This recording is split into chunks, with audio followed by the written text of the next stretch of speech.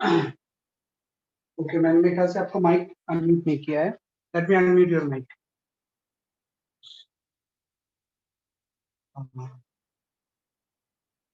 Okay. Okay. ठीक है, तो आज जो हम ना नया चैप्टर स्टार्ट करेंगे.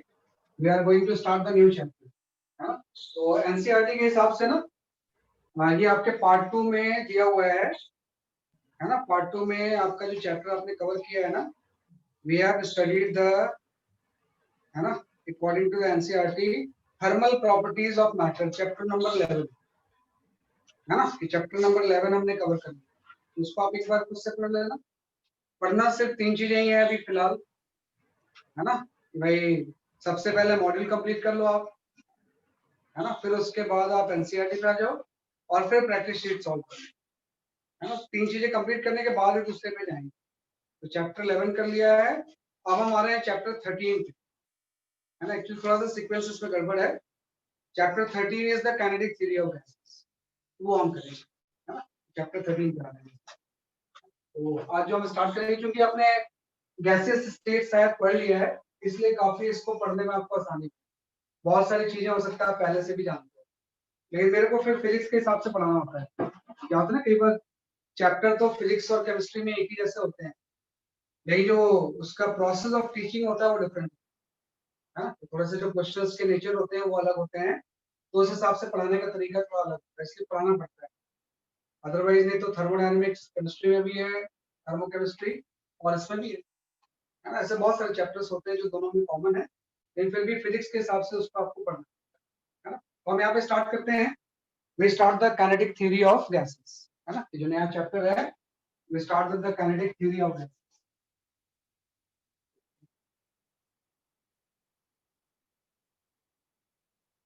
काइनेटिक थ्योरी ऑफ गैस, है ना. इस शॉर्ट में call it as a KT, है ना. कि शॉर्ट में इसी को क्या बोलते हैं, जैसे कि आपका काइनेटिक थ्योरी ऑफ गैसेस या केटीजी, है ना. तो शॉर्ट में call it as a KTG, है ना. तो यहाँ पे आप ध्यान रखना, जो काइनेटिक थ्योरी ऑफ गैसेस है, इसका मेन पर्पस क्या है ना. मेन पर्पस ये है, अभी तक आपने एक चैप्टर पढ़ लिया हीट, है ना. उसका एज सच मैकेनिक्स से कोई रिलेशन नहीं था, और आपने मैकेनिक्स का कुछ पोर्शन पढ़ लिया लाइक न्यूटन्स लॉ, है ना. उसका हीट से कोई रिलेशन नहीं. तो कई बार ऐसा लगता है कि मैकेनिक्स और हीट में कोई रिलेशन नहीं, लेकिन ऐसा नहीं. काइनेटिक थ्योरी ऑफ गैसेस यही करता है. काइनेटिक थ्योरी ऑफ गैसेस का जो मेन पर्पस है, kinetic theory of gases establish, right, relation between, it establish the relation between uh, relation between mechanics and temperature, mechanics and temperature, है ना. इसका main purpose यही है. ये एस्टैब्लिश करता है मैकेनिक्स और टेम्परेचर के बीच, क्योंकि अब जब तक आप मैकेनिक्स जब तक आप पढ़ रहे हो ना, कहीं भी टेम्परेचर वर्ड आएगी. आपने लॉज ऑफ मोशन पढ़ लिया, डायनामिक्स पढ़ लिया, तो कहीं भी टेम्परेचर वर्ड हमने यूज किया ही. तो कई बार ऐसा लगता है कि मैकेनिक्स और टेम्परेचर में कोई रिलेशन नहीं है, लेकिन है.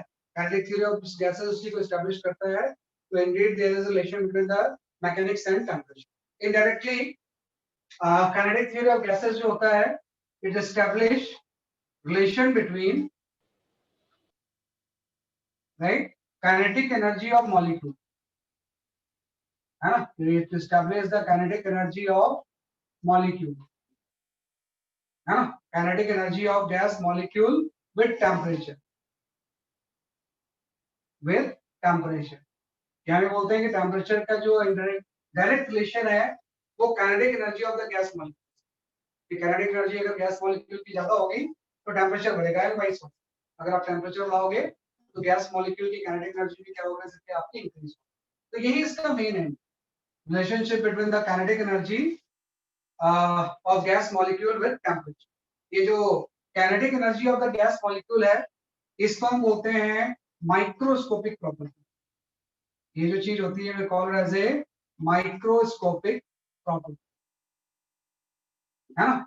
और जो टेम्परेचर होता है इसको हम बोलते हैं मैक्रोस्कोपिक प्रॉपर्टी.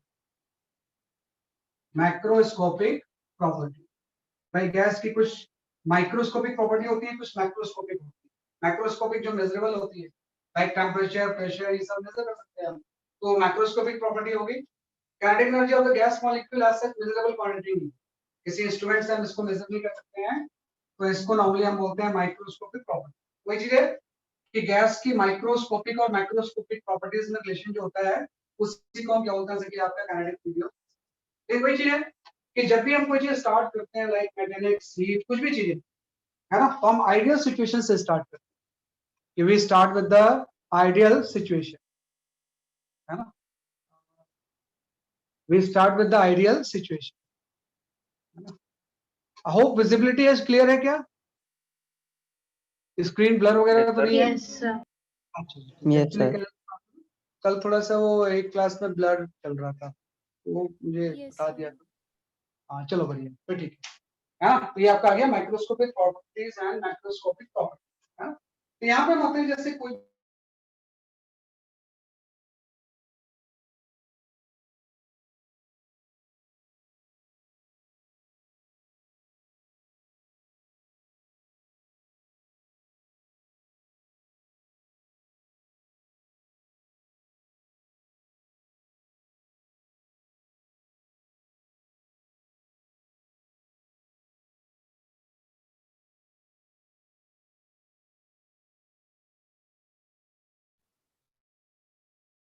है ना, कि जो वॉल्यूम ऑफ गैस है उसका सिंपल सा डायरेक्टली मतलब होता है, हम किसकी बात कर रहे हैं, volume of the vessel. As such कोई गैस का अपना इनहेरेंट वॉल्यूम नहीं, वॉल्यूम ऑफ द गैस में इसका हो जाएगा वॉल्यूम ऑफ द वेसल या कंटेनर। सेकंड जो इसमें प्रॉपर्टी होती है, हमें बोलते हैं कि गैस कंसिस्ट ऑफ, है ना, कि कोई भी अगर गैस होगी तो gas consist of small, right, identical elastic particle, elastic particle, है ना, known as molecule, known as molecule. कोई भी अगर गैस होगी तो it contains particle. Elastic particle का मतलब आपको पता है कि कोई भी एनर्जी लॉस नहीं होगा जब भी कोलिजन, है ना, कि स्मॉल आइडेंटिकल इलास्टिक पार्टिकल, उसी को क्या होता है कि आपका मॉलिक्यूल बोलते हैं, राइट। तो सेकंड एजम्पशन ये हो गए। जो थर्ड एजम्पशंस है, हमें बोलते हैं कि जो गैस के मॉलिक्यूल्स होते हैं ना, ये रैंडमली मूव करते हैं, इनका जो मोशन होता है वो कैसा होता है, जैसे कि आपका रैंडम। तो सिंपल सा बोलते हैं कि gas molecule, right, moves in all possible direction, all possible direction with all possible speed,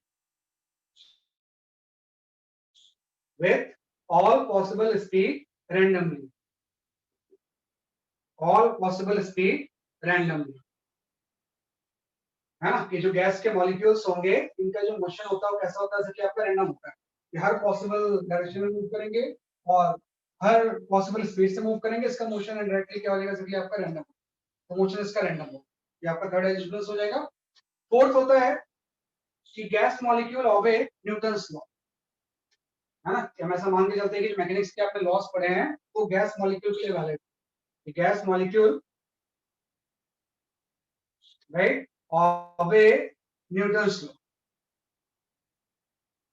Newton's law, भाई न्यूटन्स लॉ को फॉलो करते हैं। न्यूटन्स लॉ का मतलब हो जाएगा कि जब भी मोमेंटम में चेंज होगा तो फोर्स लगेगा, rate of change of momentum में क्या होता है। फिफ्थ भी एक इंपॉर्टेंट एजम्पशंस है, हम फाइव लिखते हैं, बुक्स में और भी दी होती है, लेकिन वो उतनी ज्यादा प्रोमिनेंट नहीं है, इसका में कहीं भी यूज करते हैं, किसी भी स्टैंडर्ड टेक्स्ट में आप देख लेना, first, second, third, fourth and fifth. Fifth ये है कि गैस मॉलिक्यूल, है ना, कि कोई भी गैस मॉलिक्यूल जो होंगे do not exert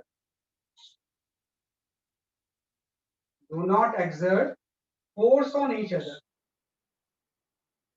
force on each other except during collision, है ना, कि except during collision,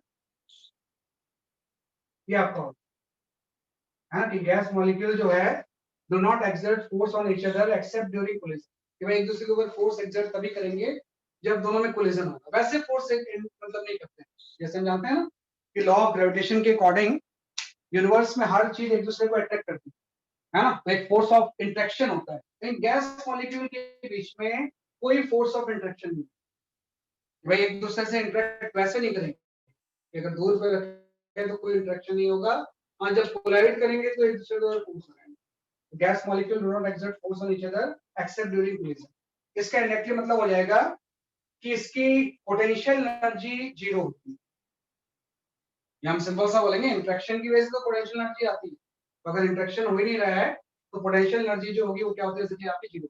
हम सिंपल सा एक वर्ड यहाँ पे यूज करेंगे, potential energy, potential energy of gas molecule system, gas molecule system is zero, है ना। कि potential energy of the gas molecule system जो होगा उसकी वैल्यू क्या होती है, बेसिकली आपकी जीरो होती है ना। कि potential energy of the gas molecule system जो होगा उसकी वैल्यू क्या होती है, बेसिकली आपकी जीरो होती है, क्योंकि पोटेंशियल एनर्जी जो होता है ना वो इंट्रैक्शन से राइज होता है, तो अगर इंट्रैक्शन हो ही नहीं रहा है तो कोई पोटेंशियल एनर्जी नहीं होगी। गैस में जो भी एनर्जी होगी उसका नेचर सिर्फ काइनेटिक होगा, कि गैस मॉलिक्यूल जो भी मेजर करेंगे एनर्जी वो सारे का सारा नेचर कैसा होगा, जैसे आपका काइनेटिक, है ना। तो ये आपका पर्पस है, साथ एक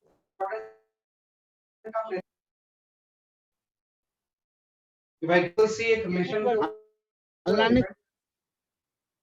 हाँ, और वो रिलेशन आपको आना चाहिए कि भाई किस तरह से उस रिलेशन को हम बेसिकली आपका पढ़ेंगे। तो सिंपल सा आप समझ जान दो कि आपको जो डेरिवेशन करना है ना, कि भाई गैस मॉलिक्यूल के लिए आपको इस चीज का डेरिवेशन करना है, डेरिवेशन ऑफ, है ना, KTG relation, kinetic theory of gases का जो मेन रिलेशन है उसको आपको डिराइव करना है।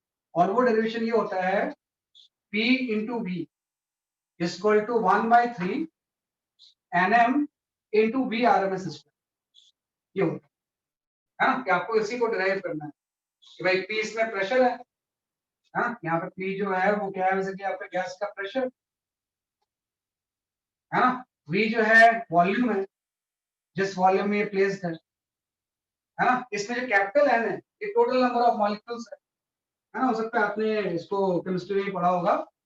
V वॉल्यूम है और N जो है ये टोटल नंबर ऑफ, ये क्या है बेसिकली आपकी टोटल नंबर ऑफ मॉलिक्यूल, भाई गैस में नंबर ऑफ मॉलिक्यूल है कितने, है ना। और इसमें स्मॉल m जो है, स्मॉल m जो है मास ऑफ ईच मॉलिक्यूल, क्योंकि सारे आइडेंटिकल है तो सबका मास सेम होगा ईच मॉलिक्यूल। आपने बोला सारे अगर आइडेंटिकल सबका मास क्या होगा, सेम होगा। और वी आरएमएस हम जानते हैं कि वी आरएमएस जो होता है ये आपका होता है रूट मीन स्क्वायर वैल्यू, है ना, रूट मीन स्क्वायर, है ना, स्पीड। ये जो स्पीड है ये RMS value root mean square speed है। रूट मीन स्क्वायर स्पीड का मतलब क्या हो जाएगा कि जैसे अगर मुझे किसी भी चीज का वी आरएमएस निकालना है तो हम स्क्वायर के एवरेज निकालते हैं। अगर डिफरेंट गैस मॉलिक्यूल की स्पीड अलग अलग है तो आप यहाँ पे लिख दोगे v1 स्क्वायर, दूसरे की स्पीड आपकी v2 स्क्वायर, आपको बनेगा v3 स्क्वायर, ऐसे ही आपका vn स्क्वायर। स्क्वायर का हम एवरेज लेंगे, क्वांटिटी का एवरेज नहीं, है ना। आरएमएस का मतलब स्क्वायर के एवरेज के अंडर रूट को हम आरएमएस स्पीड बोलते हैं। भाई स्क्वायर कर दिया उसका एवरेज निकाला, उसका जो अंडर रूट होता है क्या होता है, जैसे आपका आरएमएस। जो वी एवरेज होता है ये तो आरएमएस है, एवरेज स्पीड सिंपल स्पीड का एवरेज होता है। एवरेज स्पीड जो होगी वो v1 plus v2 plus v3 up to vn हो जाएगी, है ना, टोटल नंबर ऑफ मॉलिक्यूल्स में डिवाइड। सर ये एवरेज होगी। आप एक बार वापस एक्सप्लेन कर सकते हो? Vrms is the root mean square speed. Root mean square speed का मतलब हो जाएगा कि जैसे v एवरेज को लिखते हैं सिंपल क्वांटिटी का एवरेज, कि हर मॉलिक्यूल की रैंडम है ना तो सबकी अलग अलग स्पीड होगी, सबको आप ऐड कर दो और टोटल नंबर, सॉरी ये अंडर रूट नहीं है, ये अंडर रूट लगा देंगे यहाँ पे, टोटल आप सबको ऐड कर दो और टोटल नंबर ऑफ मॉलिक्यूल से डिवाइड कर दो, तो ये एवरेज स्पीड हो जाएगी। इस स्पीड को हम क्या बोलेंगे, इसलिए आपका एवरेज स्पीड। लेकिन जो वीआरएमएस होता है वो स्क्वायर का एवरेज होता है, कि आप स्पीड को स्क्वायर करो उसका एवरेज निकालना। तो स्क्वायर के एवरेज के अंडर रूट को हम क्या बोलते हैं, रूट मीन स्क्वायर, है ना। रूट मीन मींस स्क्वायर का मीन लेना है, उसका अंडर रूट लेना। तो इसी को हम क्या बोलते हैं, जैसे कि आपका वी आर। यहाँ पे जो रिलेशन है, इस रिलेशन में वी एवरेज नहीं है, बल्कि यहाँ पे क्या है, जैसे कि आपका वी आर एम एस है ना। यहाँ पे जो रिलेशन है वो कौन सा स्पीड है, जैसे कि आपकी आर एम एस। अब एक चीज है कि वही मेन पर्पज इसका था कि इस रिलेशन को आपको डिराइव करना है लॉ ऑफ मैकेनिक्स यूज कर, न्यूटन्स लॉ को यूज करके इस रिलेशन को डिराइव, क्योंकि आपको पता है इसके एलएचएस साइड पे जो है ना, वो मैक्रोस्कोपिक क्वांटिटीज है, जिसको हम मेजर कर सकते हैं, और राइट हैंड साइड पे माइक्रोस्कोपिक क्वांटिटीज है ना, कि RMS speed, mass of one molecule, number of molecule, तो इन दोनों को ही कनेक्ट किया। तो न्यूटन्स लॉ से इस रिलेशन को हम क्या करते हैं, डिराइव। तो डेरिवेशन थोड़ा सा सिंपल सा ही है, लेकिन थोड़ा सा आपको इसमें एवरेज वगैरह का कंसेप्ट डिस्कस करना है। जो भी हम इसमें डिस्कस करेंगे, we discuss the concept of average, है ना, कि एवरेज का कंसेप्ट हम इसमें क्या करेंगे, इसलिए आपका डिस्कस करेंगे, है ना, कि इसमें एवरेज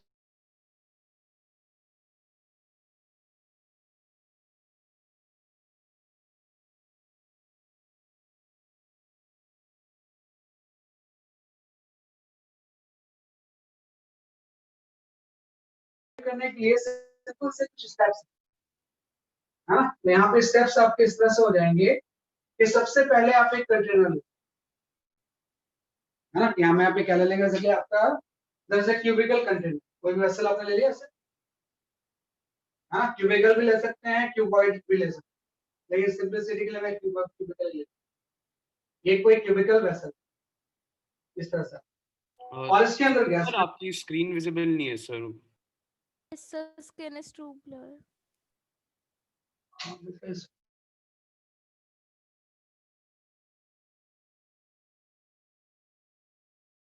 सर ब्लर है। अच्छा It's अभी a हो गया। blur. अच्छा अभी ठीक है।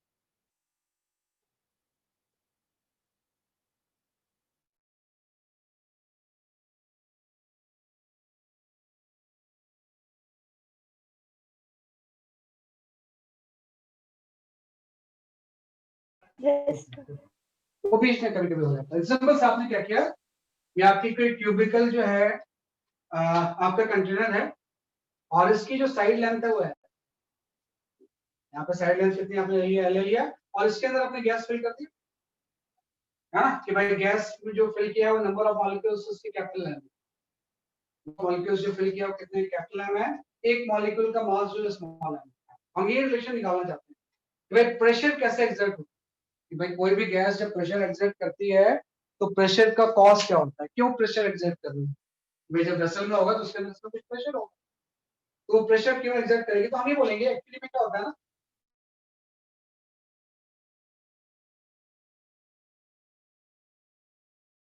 इसका कुछ एक्स कंपोनेंट भी होगा Vx, कुछ आपका y कंपोनेंट भी होगा, और कुछ आपका इसका z कंपोनेंट, हाँ, कि भाई रैंडमली मूव कर रहा है, किसी भी डायरेक्शन में होगा तो उसके 3 कंपोनेंट्स होंगे, और इसका जो रिजल्टेंट होगी इसकी क्या होगी, स्पीड होगी।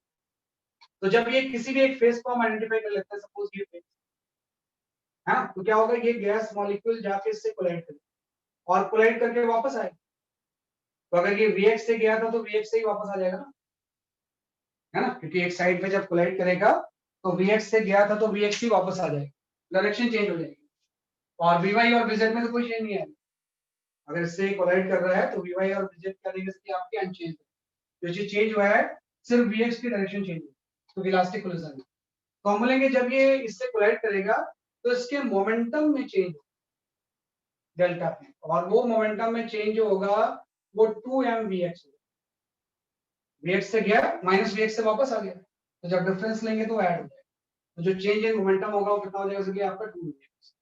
और हमें जानते हैं कि जो फोर्स होता है ना, जो फोर्स की वैल्यू होती है वो rate of change of momentum, delta P by delta, है ना। भाई जो फोर्स हम लेते हैं वो डेल्टा पी बाय क्या होती है, जैसे कि आपकी डेल्टा टी होती है। तो यहाँ पे आपने चेंज इन मोमेंटम तो ले लिया, तो चेंज इन मोमेंटम जो हो गया वो 2mvx, है ना। अब हम टाइम लेंगे कि भाई time between the two collision क्या हो, बाद में हम मीन फ्री टाइम भी पढ़ेंगे, लेकिन फिलहाल तो मैं एक सिंपल पिक्चर ले रहा हूँ।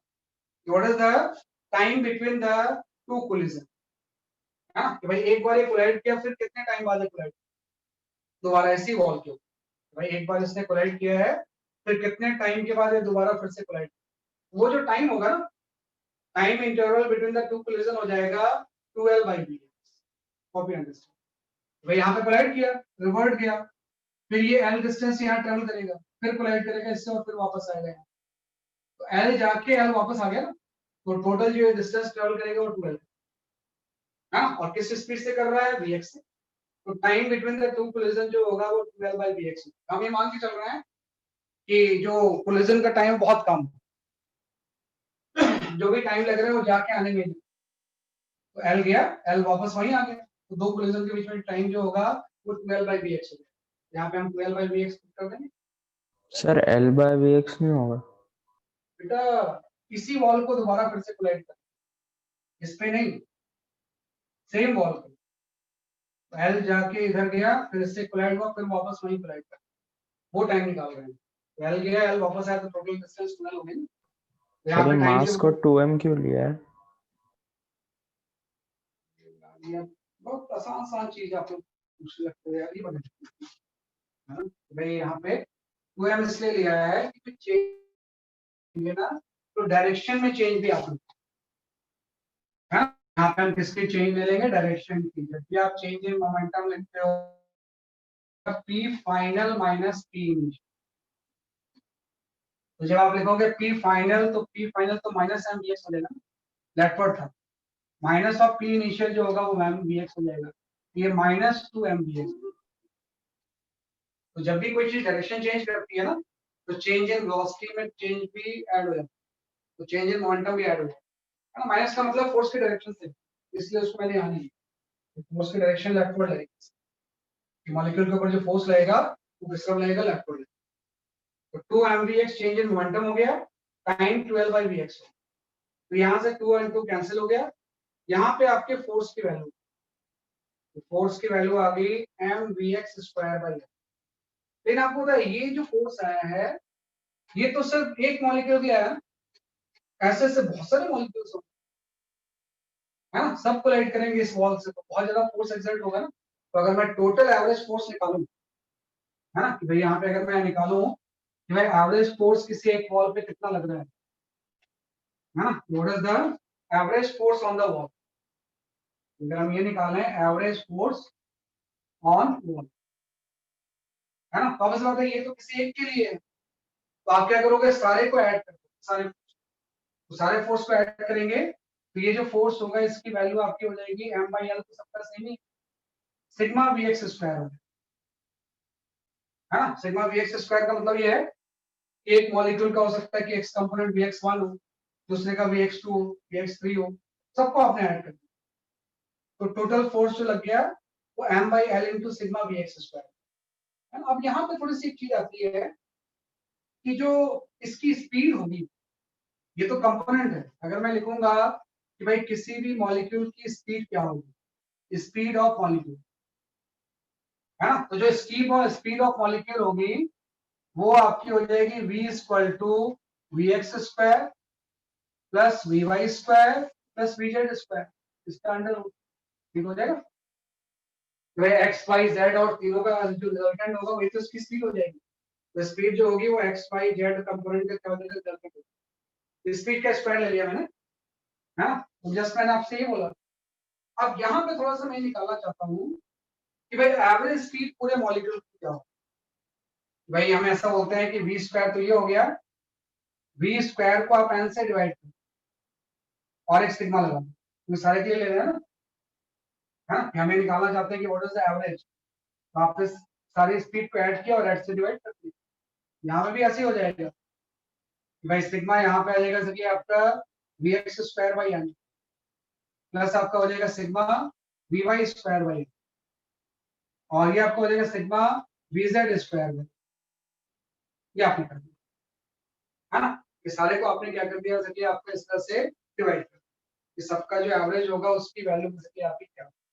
अब एक चीज थोड़ा ध्यान दो कि एक्चुअली में क्या होता है ना, मोशन रैंडम है, यहाँ पे जो मोशन है वो रैंडम है, तो इंडिविजुअल स्पीड तो अलग अलग हो सकती है सबकी, हो सकता है एक पार्टिकल की vx अलग हो, वी वाई अलग हो, वी जेड अलग हो, सबकी अलग अलग हो, लेकिन जब हम एवरेज निकालेंगे तो सारी चीजें सेम हो। तो सिंपल सा हम बोलेंगे इन रैंडम मोशन, यहाँ पे सिंपल से एक कंसेप्ट आ जाएगा कि in random motion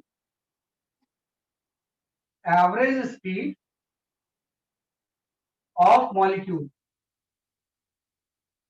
in all directions are same, है ना, कि जो एवरेज स्पीड ऑफ मॉलिक्यूल होगा सारे डायरेक्शन वो सेम हो। इसका मतलब ये हो गया कि जो सिग्मा Vx स्क्वायर का हम एवरेज लेना है ये इक्वल हो जाएगा सिग्मा Vy स्क्वायर के।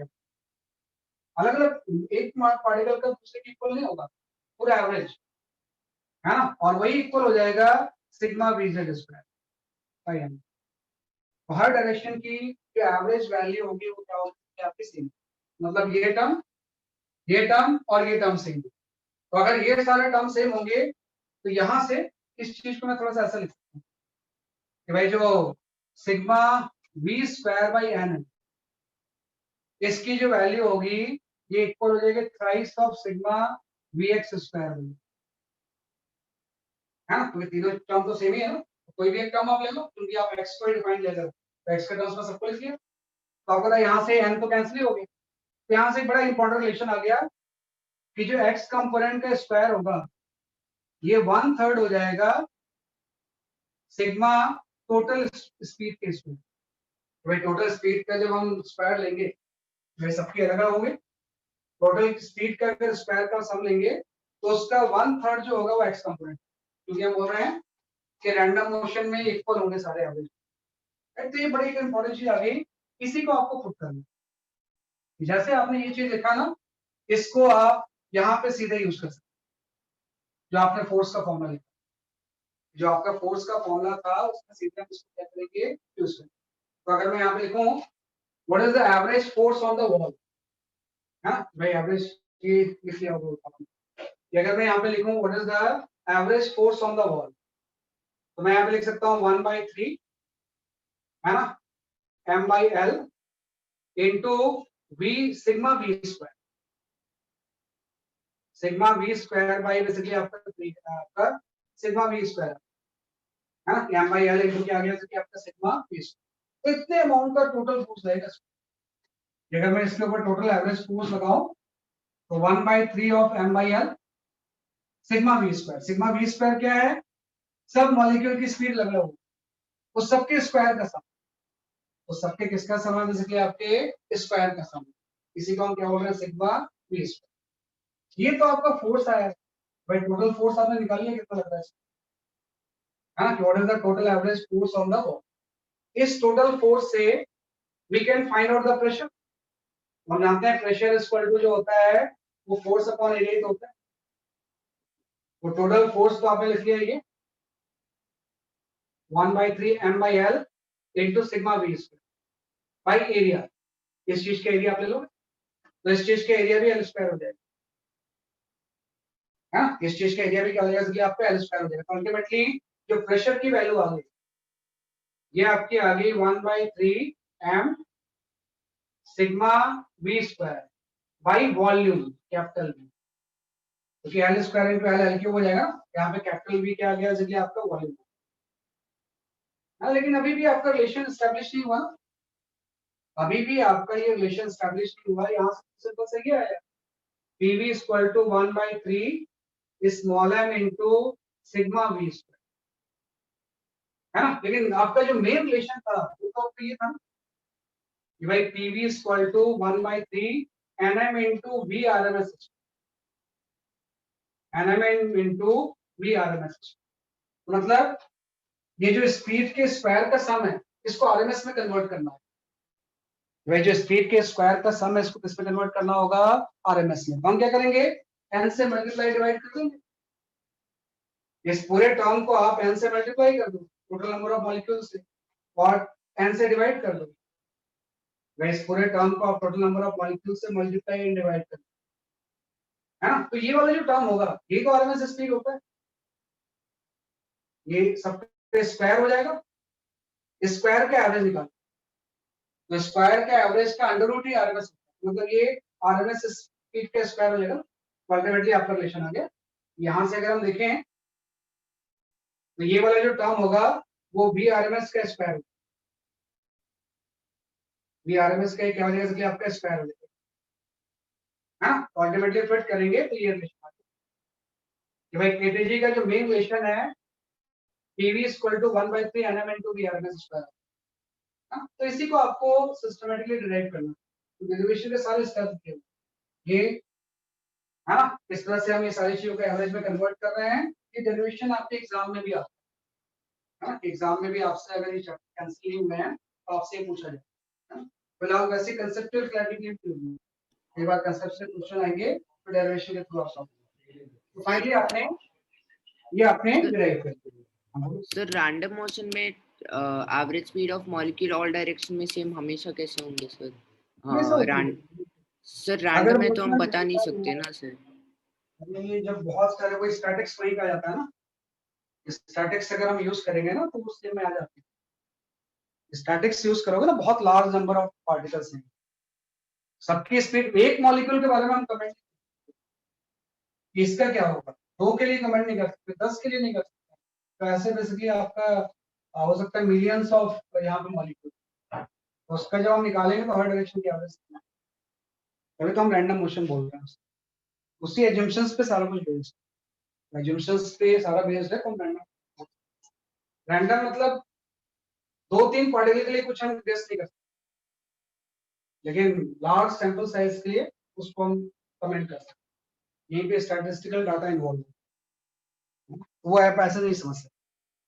यहाँ पे जस्ट आपका आ गया कि ये रिलेशन आपने एस्टैब्लिश कर दिया, PV equal to 1/3 NM into BRMS square. तो ये इसके डेरिवेशंस के स्टेप्स।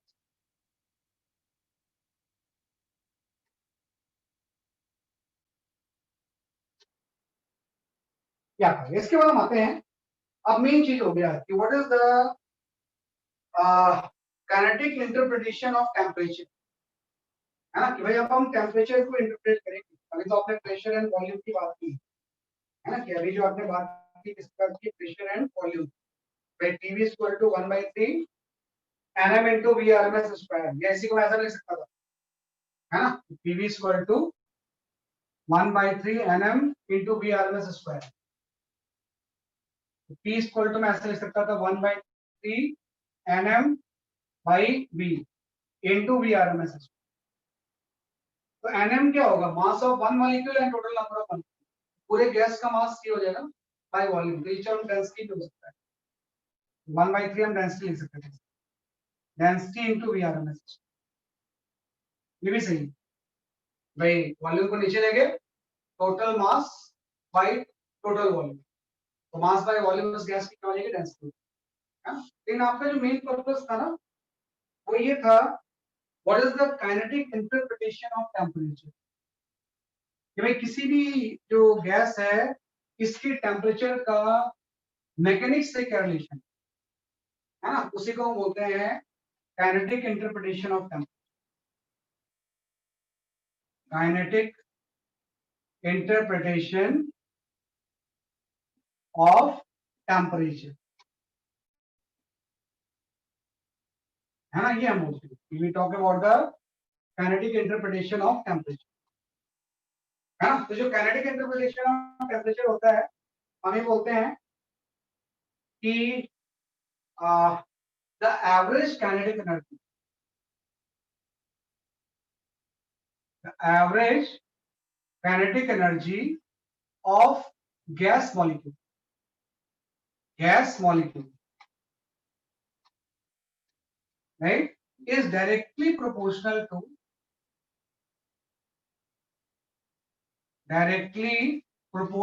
to temperature, है ना। कि भाई एवरेज इंटरप्रिटेशन यही है कि average kinetic energy of the gas molecule is directly proportional to the temperature, है ना, absolute temperature of the gas, directly proportional to the absolute temperature of the gas, temperature of gas, है ना, and it is independent of pressure, volume and nature of gas, and it is independent of pressure, volume, right, and nature of gas. Nature of ideal gas, जो भी हम बात कर रहे हैं ideal gas की बात, नेचर ऑफ आइडियल गैस है। तो सिंपल ध्यान रखना कि जो एवरेज काइनेटिक एनर्जी है इसका रिलेशन सिर्फ टेम्परेचर से है ना। आपका टेम्परेचर बढ़ेगा तो काइनेटिक एनर्जी बढ़ेगी, टेम्परेचर कम होगा तो काइनेटिक एनर्जी कम होगी। इसका कहीं कोई रिलेशन नहीं है प्रेशर, वॉल्यूम या नेचर ऑफ द गैस। इसको हम प्रूव भी कर सकते हैं। मुझे ये निकालना है कि भाई average kinetic energy of the gas molecule क्या होगा। Average kinetic energy of the gas molecule का मतलब मुझे ये निकालना है, अगर आपको ये निकालना है कि what is the average translational kinetic energy of gas, translational kinetic energy of gas molecule. भाई average translational kinetic energy of the gas molecule कितना होगा, मैं जस्ट ये लिखूंगा एवरेज ट्रांसलेशनल काइनेटिक एनर्जी का मतलब जस्ट ये निकालना है 1/2 m into VRMS स्क्वायर। भाई मुझे हाफ m VRMS स्क्वायर तो लेना है। कोई चीज है कि जब हम एवरेज निकाल रहे हैं तो यहाँ पे सिंपल स्पीड नहीं होगी बल्कि RMS speed, mass of one molecule और उसका RMS स्पीड। तो average translational kinetic energy of the gas molecule जो होगा वो half m into VRMS square. और ये जो चीज है इसका रिलेशन टेम्परेचर से हो जाएगा। इसका रिलेशन टेम्परेचर से बहुत इजीली हम एस्टैब्लिश कर सकते हैं। अभी आपने पढ़ा है PV इक्वल टू होता है, हाँ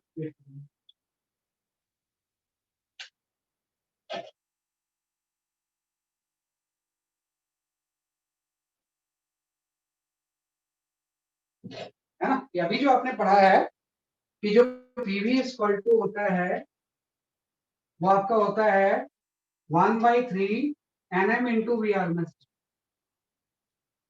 ये होता है PV इक्वल, है ना। तो इससे अगर हम रिलेशन एस्टैब्लिश करें कि भाई एवरेज काइनेटिक एनर्जी का टेम्परेचर से क्या रिलेशन होगा, तो आपको पता है हम आइडियल गैस इक्वेशन यूज कर लेंगे, या हम यहाँ पे क्या यूज कर लेंगे, इसलिए आपका आइडियल गैस इक्वेशन हम यूज कर सकते हैं PV इक्वल टू nRT, है ना। n is the number of moles, r is the gas constant. तो यहाँ पे जस्ट हम लिख देंगे कि PV की जगह पे आ जाएगा nRT इक्वल टू हो जाएगा 1/3 Nm into VRMS, है ना। यहाँ से आप देखो जो m into VRMS स्क्वायर होगा इसकी वैल्यू आपकी आ जाएगी 3 nRT बाई कैपिटल N, है ना। इस चीज को आप वहां पुट कर लो। जब मैं काइनेटिक एनर्जी यहाँ पे लिखूंगा तो काइनेटिक एनर्जी की वैल्यू हो जाएगी half of 3 nRT by capital N, हाँ। तो भाई काइनेटिक एनर्जी किस रिलेशन एस्टैब्लिश कर रहे हैं, टेम्परेचर से। और आपको पता है n is the total number of molecules और small n is the number of moles. तो जो एवोगैड्रो नंबर है Na, इसकी value capital N by small n हो जाएगी, हाँ। भाई नंबर ऑफ मॉलिक्यूल जो एक मोल में होते हैं वही तो एवोगैड्रो नंबर होता है। Capital N by small n क्या हो जाएगा, एवोगैड्रो नंबर। यहाँ से काइनेटिक एनर्जी की वैल्यू जो आ गई वो आपकी आ गई 3/2, है ना, इनटू RT बाई N, है ना। और R बाई N भी एक कांस्टेंट होता है, इसी को हम बोलते हैं बोल्ट्जमैन कांस्टेंट। यहाँ से हम एक वर्ड यूज करेंगे because it is a Boltzmann constant. जो आपका बोल्ट्जमैन कांस्टेंट है K, इसकी वैल्यू होती है R by N। Gas constant और एवोगैड्रो कांस्टेंट का जो रेशियो होता है उसको हम एक और कांस्टेंट का नाम देते हैं, that is known as the Boltzmann. Ultimately देखो कि जो एवरेज ट्रांसलेशनल काइनेटिक एनर्जी आ गई वो 3/2 kT तो अब देखो ये सारे टर्म तो कांस्टेंट है, ये कांस्टेंट ही तो होगा, ये R कांस्टेंट होता है, एवोगैड्रो नंबर कांस्टेंट होता है, K भी कांस्टेंट होगा। ये पूरा टर्म कांस्टेंट है तो आपका प्रूफ हो गया। ये जो काइनेटिक एनर्जी होगी ultimately this is directly proportional to the temperature. अगर आप टेंपरेचर बढ़ाओगे तो काइनेटिक एनर्जी बढ़ेगी, टेंपरेचर कम करोगे तो काइनेटिक एनर्जी कम होगी, हां। तो इसी को हम बोलते हैं kinetic interpretation of the temperature, हां। तो जो आपके रिलेशन आया कि अल्टीमेटली जो काइनेटिक एनर्जी की वैल्यू होगी वो 3/2 kg। This is the kinetic energy of one molecule. एक मॉलिक्यूल की काइनेटिक, अगर हम 1 मोल की ले लें, भाई पूरे 1 मोल की काइनेटिक एनर्जी कितनी होगी, तो k की जगह पे r है। अगर हम ये ले लें काइनेटिक एनर्जी ऑफ 1 मोल, है ना, 1 मोल की अगर हम ले लें तो यहाँ पे 3/2 RT होगी, है, क्योंकि आप इसमें नंबर ऑफ एवोगाड्रो नंबर से मल्टीप्लाई कर दोगे। भाई एक मॉलिक्यूल कितने हैं और एक मोल में नंबर ऑफ मॉलिक्यूल्स होते हैं, माने होते हैं, पहले से मल्टीप्लाई करेंगे तो k into n क्या होता है।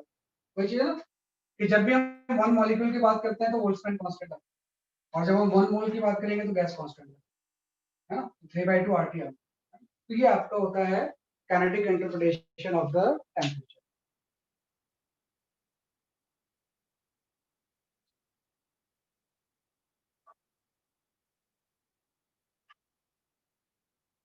क्या पूछ रहे हो, आई डोंट अंडरस्टैंड। मैं एक मिनट चैट बॉक्स पर हूं। सर 1 मॉलिक्यूल में Na1 हो जाएगा। 1 मॉलिक्यूल में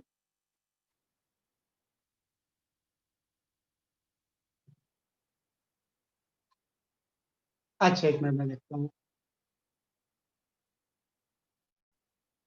वो v² के नीचे n इसलिए लिखा है क्योंकि हम उसका RMS में कन्वर्ट करने वाले हैं,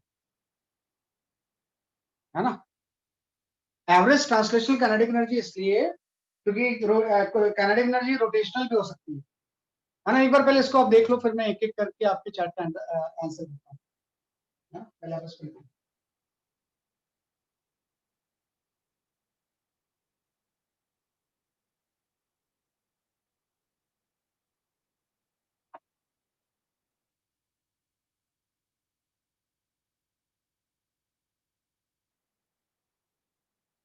ठीक है, अब मैं एड्रेस करता हूँ आपके एक एक चैट। मैंने देख लिया सबका। थोड़ी थ्योरी है ना, तो इसमें थोड़ा सा ज्यादा पूछते हैं बच्चे। आइए पूछता हूँ।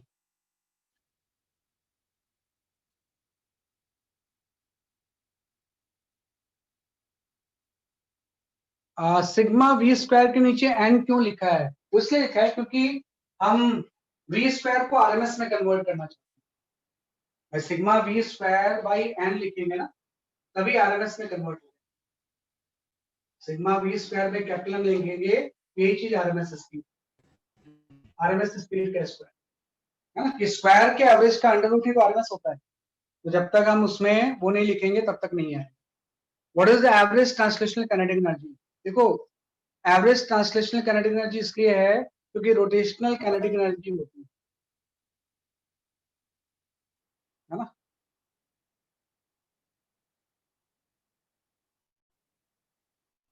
ये आप पहले 1 मोल का कैसे आया मैं भी एक्सप्लेन करता हूँ आपको, है ना। Average translational kinetic energy of gas molecule जो मैंने लिखा है यहाँ पे, मैं बताऊंगा। इंटरनल एनर्जी के बारे में भी डिस्कस करेंगे, आप आगे जा रहे हो थोड़े से, है ना। 1 मोल का कैसे आया वो बताया, मैं भी बताता हूँ। देखो क्या है कि जैसे ये मैंने लिखा है average translational kinetic energy. Translational मतलब जो v की वजह से एनर्जी होती है, रोटेशन की वजह से नहीं, क्योंकि मॉलिक्यूल तो रोटेट भी कर सकते हैं ना। तो हम यहाँ पे सिर्फ ट्रांसलेशन की बात करें, है ना। ट्रांसलेशन मतलब लीनियर मोशन की वजह से। ट्रांसलेशनल का मतलब होता है लीनियर मोशन। हम अभी रोटेशनल की बात करेंगे, तो मॉलिक्यूल्स तो रोटेट भी कर सकते हैं। तो translational kinetic energy of gas molecule. अब ये कैसे आया 1 मोल के लिए?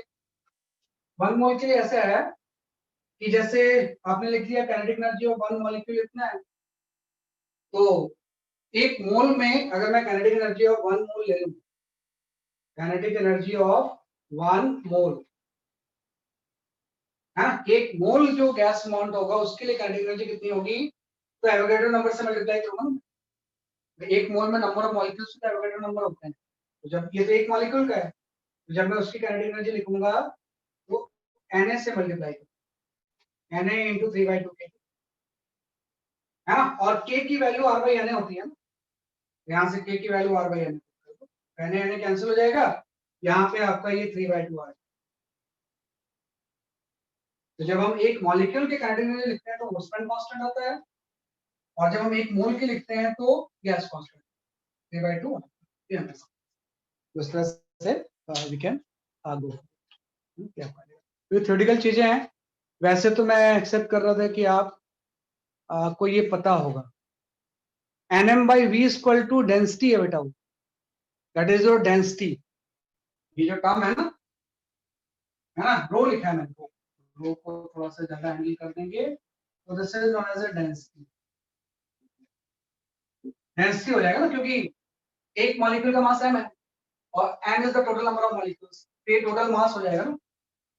टोटल गैस का मास जो होगा वो ये हो जाएगा, और इसका वॉल्यूम v है, तो मास बाय वॉल्यूम क्या हो जाएगा, इसकी density.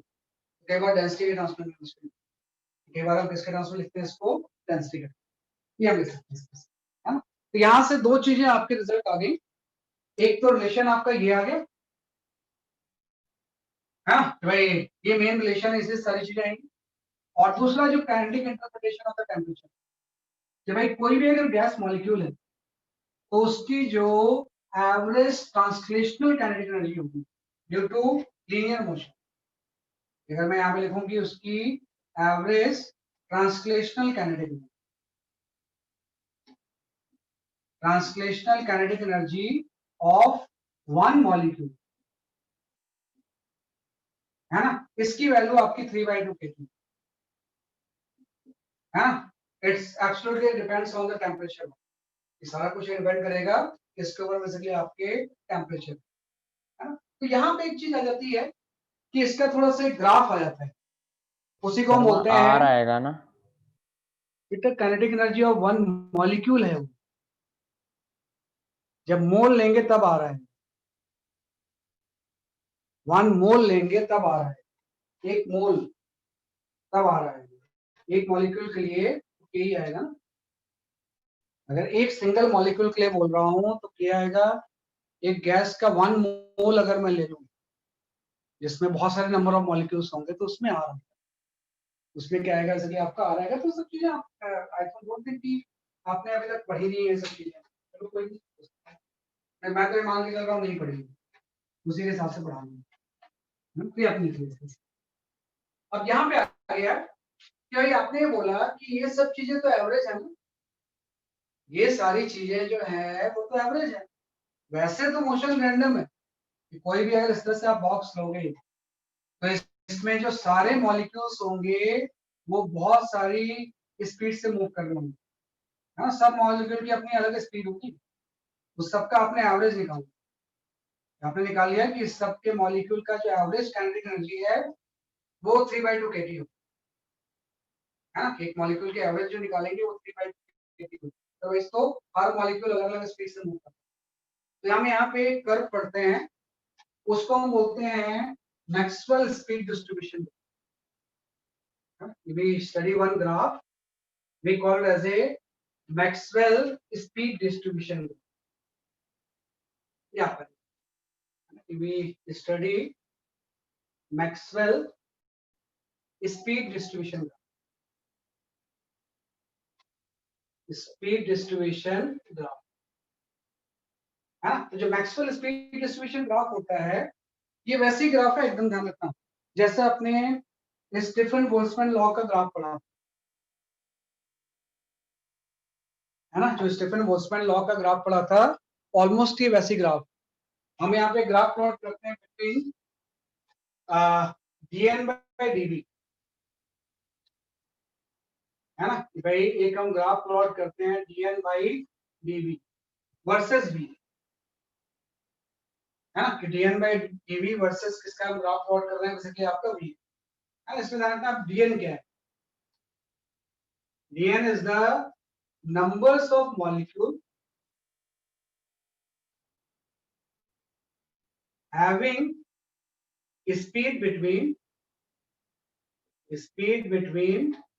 v to v plus dv, है ना। जैसे आपने पढ़ा था कि भाई जो रेडिएशन होगा उसमें लैम्डा से इतने वेवलेंथ के बीच में कितना इमिसिव पावर, बस ये v है। dn क्या है, नंबर ऑफ मॉलिक्यूल जिसकी किस स्पीड कोई v ले लिया आपने, v से v plus dv के बीच, हाँ, तो जो रेंज आपने स्पीड कर लिया वो डीवी लिया है, तो जो नंबर ऑफ मॉलिक्यूल को डीवी से डिवाइड कर रहे हैं, तो ये टर्म हमने वाई एक्सिस पे प्लॉट किया और एक्स एक्सिस के अलोंग स्पीड है, एक्स एक्सिस के अलोंग क्या है आपकी स्पीड। तो आपको पता है कि हर इसमें तो रैंडम मोशन है, तो हर तरह की स्पीड पॉसिबल नहीं। तो इस स्पीड के इतने नंबर ऑफ मॉलिक्यूल्स हैं, इस स्पीड के इतने नंबर ऑफ मॉलिक्यूल्स हैं, तो हर स्पीड रेंज के different different number of molecules. तो अगर हम यहाँ पे एक एक्सपेरिमेंटल ग्राफ बनाएं, है ना, या थ्योरेटिकल ग्राफ बनाएं, तो ये ग्राफ आपका इस तरह से है, यस, ये ग्राफ आपका वही जैसे जैसे स्पीड हम बढ़ाते हैं, नंबर ऑफ मॉलिक्यूल्स की वैल्यू बढ़ती है जो उस पर्टिकुलर स्पीड के, हाँ, कि number of molecules per unit speed की वैल्यू क्या हो रही है, जैसे कि आपकी बढ़ रही है।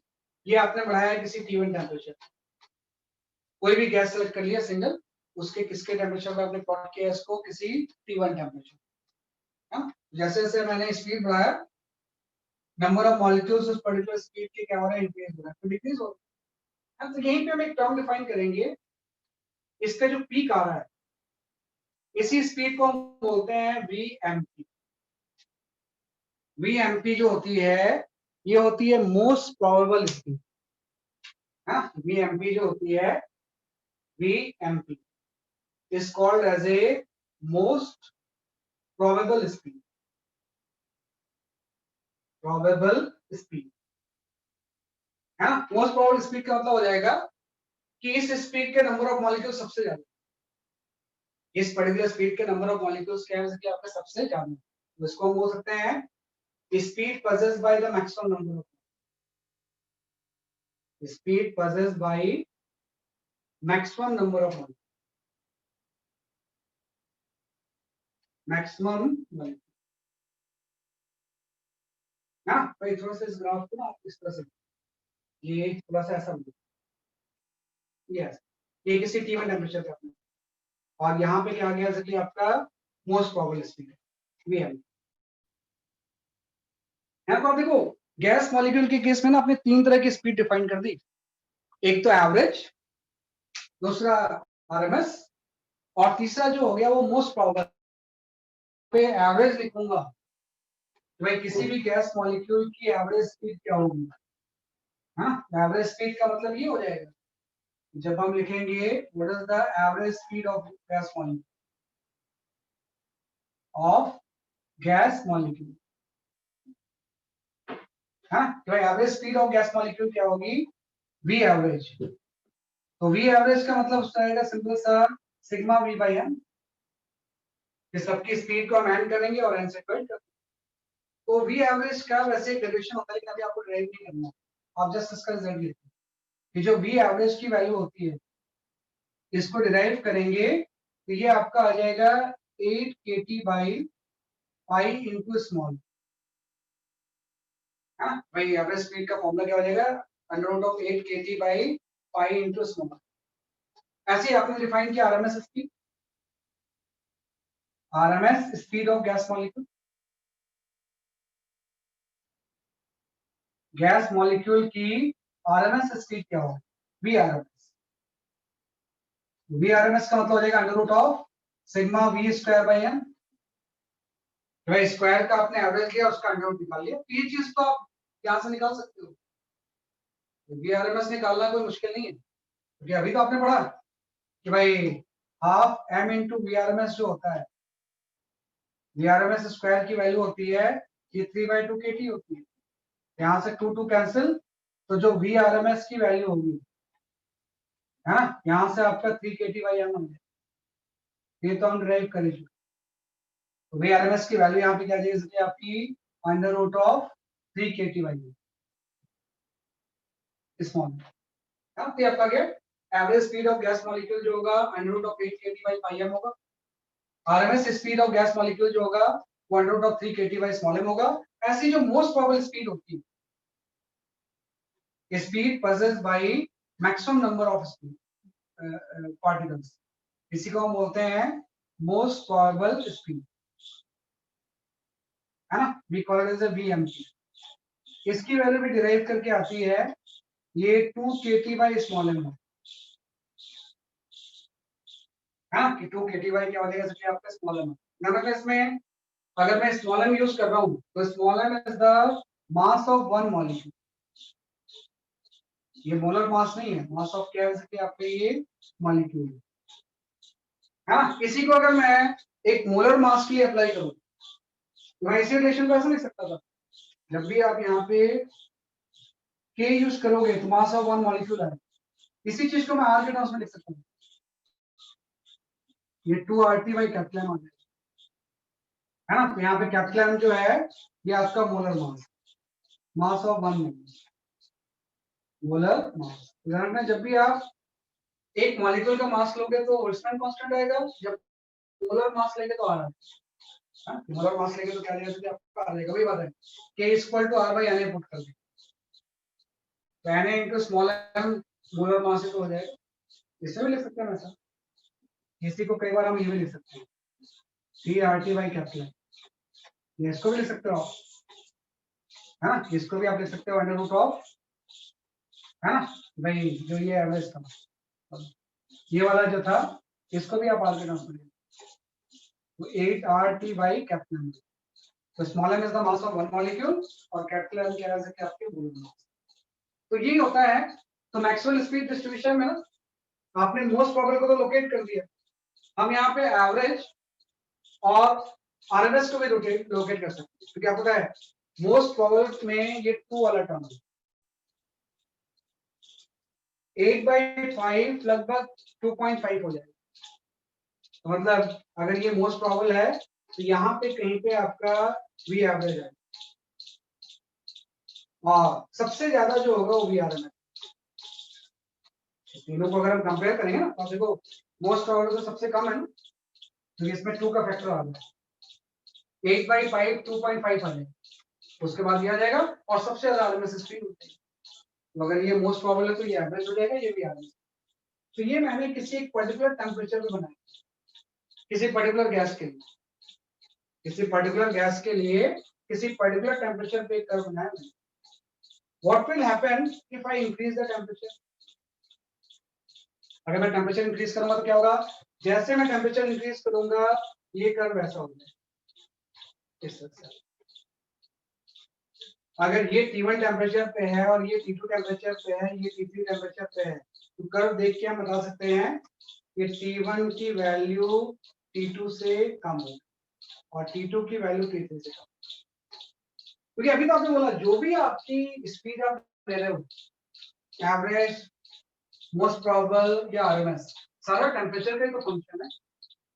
Temperature and nature of the gas, molar mass भी है, temperature and nature of the gas, molar mass भी, हाँ। तो सारा किसका फंक्शन है, देखिए आपका टेम्परेचर, तो सारा टेम्परेचर का फंक्शन है। तो नॉर्मली, है ना, जैसे हम टेम्परेचर बढ़ाएंगे तो सारी स्पीड बढ़ेगी, एक कर्व राइटवर्ड शिफ्ट हो जाएगा ना इसका पीक, हाँ, तो सारे कर्व राइटवर्ड शिफ्ट हो जाएंगे। तो हम कर्व देख के बता सकते हैं टेम्परेचर का क्या है। तो अगर ऐसा कर्व बना हुआ है मतलब सबसे ज्यादा टेम्परेचर T3 है, उसके बाद T2 है, फिर T1, तो इसी को हम बोलते हैं मैक्सवेल स्पीड डिस्ट्रीब्यूशन, है ना।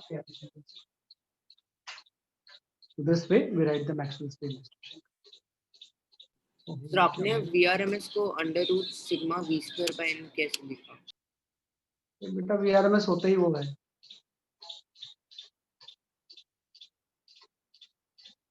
VRMS वही होता है, अच्छा हाँ सर, VRMS होता ही वो, तो डेफिनेशन है उसकी।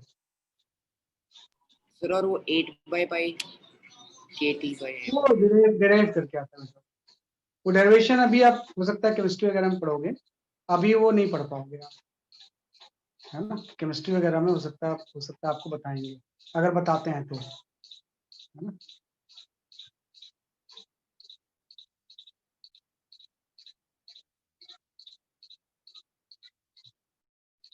हाँ पाई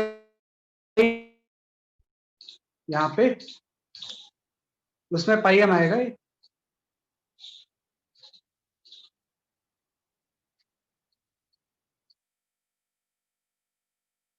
है ना। उसका जो ग्राफ है वो कैसा है एग्जैक्टली आपका पाई एम का ग्राफ है,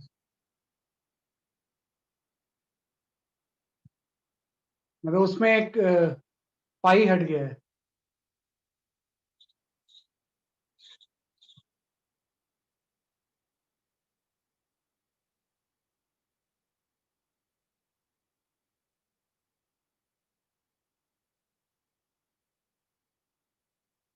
ठीक है ना, क्या करना है यहाँ पे पाई क्या हो गया, जैसे कि आपका वर्ड गया है ना, यहाँ पे जो होगा इस जगह पे पाई कैपिटल एम है ना, तो ये थोड़ा सा आप इसको रिवाइज करो, इसके ऊपर कई बार आपसे क्वेश्चंस पूछे जाए, इसके बाद कई बार आपसे क्वेश्चंस पूछे जाए,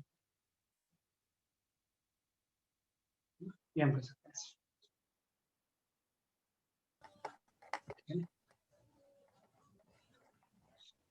हाँ पीवी ले लो आप, you can use the PV, लेकिन नॉर्मली सारी चीजों को हम टेम्परेचर से रिलेट करना चाहते हैं, जो भी स्पीड वाले या एनर्जी वाले टर्म्स है ना, वो डायरेक्टली टेम्परेचर के टर्म्स में लिखना चाहते हैं, इसलिए हम इसी फॉर्म में, बाकी तो प्रेशर वॉल्यूम और टेम्परेचर में रिलेशन गैस लॉ से है, प्रेशर वॉल्यूम एंड टेम्परेचर में रिलेशन जो है वो गैस लॉ से एस्टैब्लिश होती है, तो हम करेंगे, ये बड़ी रिमार्केबल चीज है ना।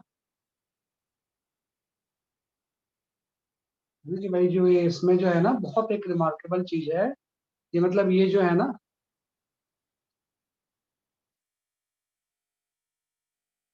हाँ हाँ दिया जाएगा, दिया जाएगा, सही बात।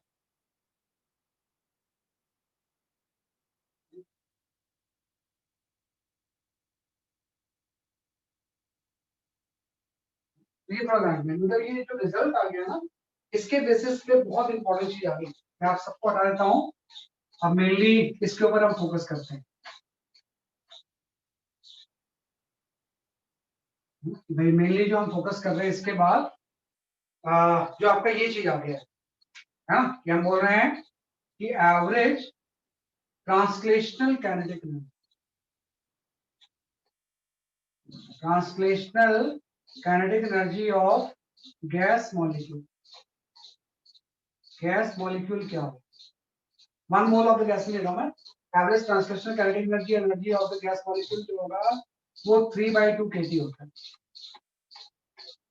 ना, तो बड़ा इसके बेसिस पे एक बहुत इंपॉर्टेंट लॉ है ना, इसके बेसिस पे जो है बहुत इंपॉर्टेंट लॉ है, क्योंकि हम ये बोल रहे हैं कि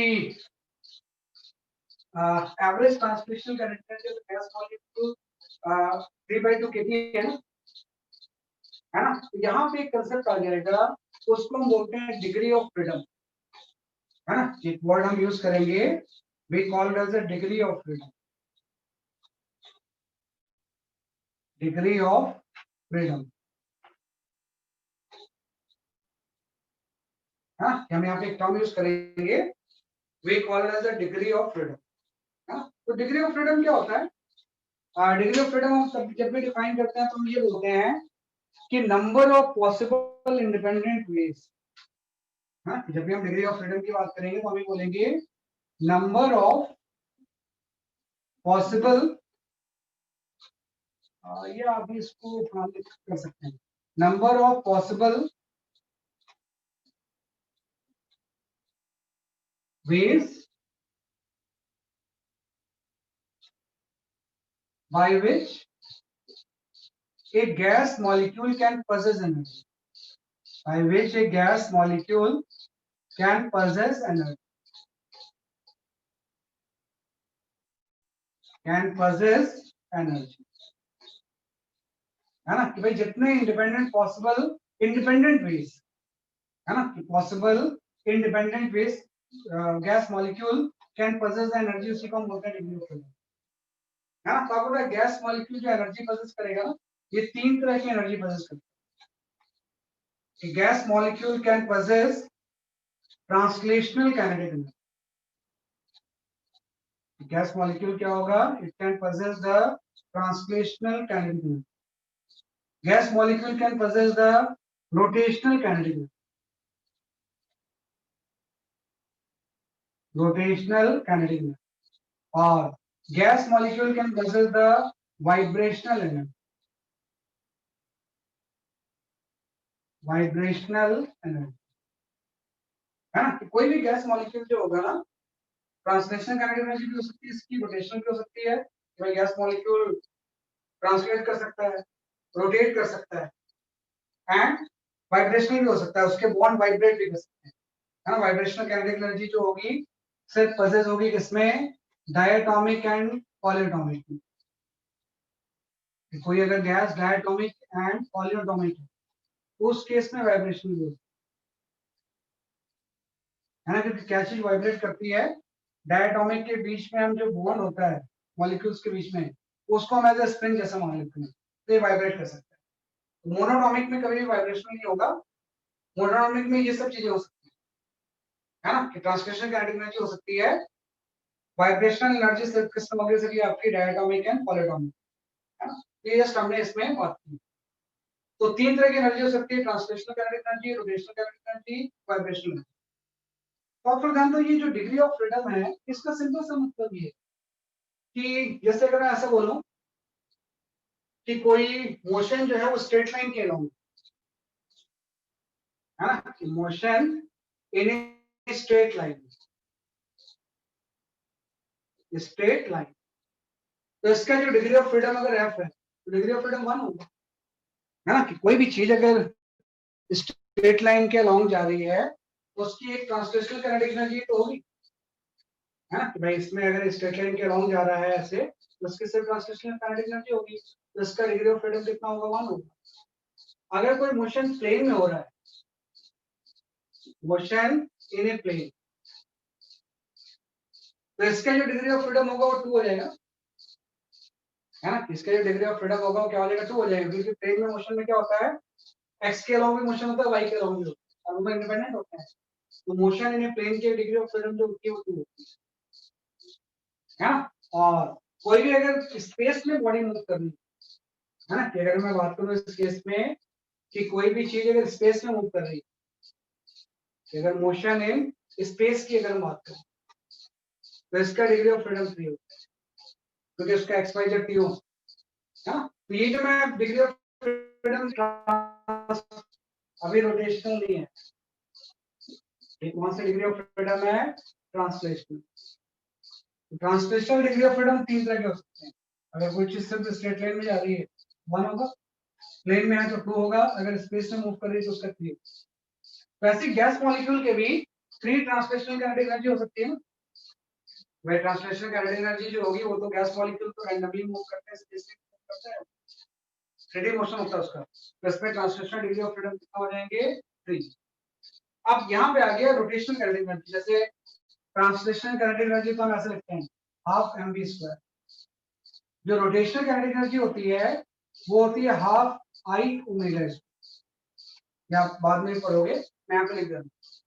इसमें ओमेगा एंगुलर स्पीड होगी, ओमेगा क्या हो जाएगी, इसकी एंगुलर स्पीड, और आई जो होगा ये आपका मोमेंट ऑफ इनर्शिया हो जाएगा, मास की जगह पे मोमेंट ऑफ इनर्शिया आ जाएगा। हाँ, तो सिंपल सा ट्रांसलेशन तो आप mv स्क्वायर से आप निकालोगे, रोटेशनल काइनेटिक एनर्जी जो होगी वो हाफ आई ओमेगा स्क्वायर से होगी, ओमेगा एंगुलर स्पीड और आई क्या हो जाएगा सर आपका मोमेंट ऑफ इनर्शिया। जो ये वाइब्रेशनल एनर्जी होती है एक्चुअली ये बहुत हाई टेम्परेचर पे, this is a high temperature phenomenon. तो नॉर्मली हम इसको नहीं लेते, अभी हम बात करेंगे सिर्फ ट्रांसलेशनल की और रोटेशनल की, बाद में इसके बारे में बताऊंगा, इसके बारे में भी कैसे इंक्लूड करेंगे इसको बताऊंगा, लेकिन फिलहाल आप इसको लेंगे तो आप कंफ्यूज हो जाएंगे। अभी आपको 2 तरह की एनर्जी लेनी है, ट्रांसलेशनल मतलब बॉडी आगे पीछे जा सकती है, बॉडी रोटेट भी कर सकती है। तो हम यहाँ पे डिग्री ऑफ फ्रीडम निकालना चाहते हैं कि गैस मॉलिक्यूल की नेचर के हिसाब से डिग्री ऑफ फ्रीडम में क्या रिलेशन है ना, कि गैस मॉलिक्यूल के नेचर के हिसाब से उसके डिग्री ऑफ फ्रीडम में बेसिकली आपका क्या रिलेशन है। जैसे मैं बोलता हूँ कि कोई गैस है मोनोएटॉमिक, मोनोएटॉमिक गैस है ना। मैं यहाँ पे एक लिस्ट बना देता हूँ कि भाई गैस की जो डिग्री ऑफ फ्रीडम होगी वो कौन कौन से होगी, है ना। कि भाई ट्रांसलेशनल हो सकती है, रोटेशनल हो सकती है। Translational kinetic energy and rotational, vibrational अभी हम नहीं ले रहे हैं, रोटेशनल, है ना। और यहाँ पे गैस ले लिया हमने, तो गैस जो है सबसे पहले मैं लेता हूँ मोनोटॉमिक। गैस सबसे पहले हम ले रहे हैं कौन सी, मोनोटॉमिक, है ना। लाइक हीलियम, ऑर्गन, जितने भी इनर्ट गैसेस हैं वो मोनोटॉमिक है। तो ट्रांसलेशनल काइनेटिक एनर्जी चूंकि 3D इन मोशन है ना, तो ट्रांसलेशनल डिग्री ऑफ फ्रीडम इसका 3 होगा, है ना। तो ट्रांसलेशनल अगर हम बात करें तो ट्रांसलेशनल काइनेटिक एनर्जी रिलेशन इसके डिग्री ऑफ फ्रीडम 3 होगी, है ना। रोटेशनल कुछ भी नहीं होता, फ्री ट्रांसलेशनल होगा। भाई पहला हम यहाँ पे ले रहे हैं ट्रांसलेशनल, रोटेशनल एंड टोटल। ये आपका हो गया ट्रांसलेशनल, ये आपका हो गया रोटेशनल, है ना, ये आपका टोटल। तो अगर कोई मोनोटॉमिक गैस है तो उसकी ट्रांसलेशनल डिग्री ऑफ फ्रीडम 3 होती है और रोटेशनल डिग्री ऑफ फ्रीडम कुछ भी नहीं। रोटेशनल डिग्री ऑफ फ्रीडम इसलिए नहीं होती है क्योंकि जब गैस मॉलिक्यूल इस तरह से रोटेट करेगी ना, अगर मैं कोई गैस मॉलिक्यूल ऐसा ले लूं, ये अपने एक्सिस के अबाउट मान लो ऐसे जा रही है, तब तो ट्रांसलेशन आ गया। अगर ये रोटेट भी करेगी तो एक्चुअली इसका साइज बहुत छोटा होता है। अगर साइज छोटा होता है तो इसका moment of inertia negligible, size बहुत छोटा होता है इसलिए इसका मोमेंट ऑफ इनर्शिया क्या होगा, इसलिए आपका नेग्लिजिबल होगा, है ना, कि बहुत छोटा होता है तो इसकी रोटेशनल डिग्री ऑफ फ्रीडम कुछ भी नहीं, ये टोटल डिग्री ऑफ फ्रीडम 3 है। ये टोटल डिग्री ऑफ फ्रीडम हो जाएगी वो कितने डिग्री की होगी। ऐसे हम बात करें यहाँ पे डाई एटॉमिक लाइक हाइड्रोजन, तो डायटोमिक में भी 3 ट्रांसलेशनल होगी एंड 2 रोटेशनल, तो टोटल डिग्री ऑफ फ्रीडम 5 हो जाएगी। अभी रोटेशनल 2 क्यों होती है आपको समझना है ना। एक्चुअली में क्या होता है कि जैसे आपने बोला कि कोई मोनोटॉमिक है, तो मोनोटॉमिक तो क्या होगा ना, साइज इतना इसका छोटा है और अपने एक्सिस के अबाउट अगर ये रोटेट कर रही है तो इसका जो रोटेशनल काइनेटिक एनर्जी होती है हाफ आई ओमेगा स्क्वायर वो 0 हो जाती है क्योंकि आई बहुत छोटा होता है। ये मोनोटॉमिक के केस में। जब मैं डायटोमिक लूंगा तो डायटोमिक में 2 होंगे ऐसे और ये ऐसे होंगे, है ना, और ये इसके अबाउट रोटेट कर सकते। तो अगर मैं इसको वाई एक्सिस के अबाउट रोटेट करूँ तो देखो कि अब ये एक्सिस पे लाइन नहीं कर रही है ना, तो एक्सिस से दूर है तो कुछ रोटेशनल काइनेटिक एनर्जी हो। अगर मैं इसको जेड एक्सिस के अबाउट ले लूं तो भी होगी, जेड एक्सिस के अबाउट भी इसका रोटेशनल काइनेटिक एनर्जी होगा। तो ये वाई एक्सिस के अबाउट रोटेट कर सकता है, ये जेड एक्सिस के अबाउट रोटेट कर सकता है, लेकिन जब ये एक्स एक्सिस के अबाउट रोटेट करेगा वही केस आ गया ना, एक्सिस पे ही लाई करेगा, है ना, एक्सिस पे लाई करेगा तो एक्स एक्सिस के अबाउट इसका मोमेंट ऑफ इनर्शिया 0 है। हम बोलेंगे इस केस में अगर ये एक्स एक्सिस है तो एक्स एक्सिस के अबाउट इसका आई एक्स 0, वाई के अबाउट आई एक्स नहीं होगा 0, जेड के अबाउट नहीं होगा, लेकिन एक्स एक्सिस के अबाउट इसका मोमेंट ऑफ इनर्शिया क्या हो जाएगा, इसका आपको 0। मतलब जो डायटोमिक गैस होगी 3 ट्रांसलेशनल तो होगी, 3 एक्सिस के अबाउट मूव कर सकता है, लेकिन रोटेशनल सिर्फ 2 ले, तो इसका टोटल डिग्री ऑफ फ्रीडम कितना हो गया, जैसे कि आपका 5 है ना। ट्रांसलेशनल इसकी भी 3, इसकी भी 3, रोटेशनल इसकी कुछ भी नहीं होती है, इसकी 2। इसके बाद हम आते हैं, we can talk about the linear polyatomic gas. आप मैसेज कर पा रहे हो बेटा मुझे?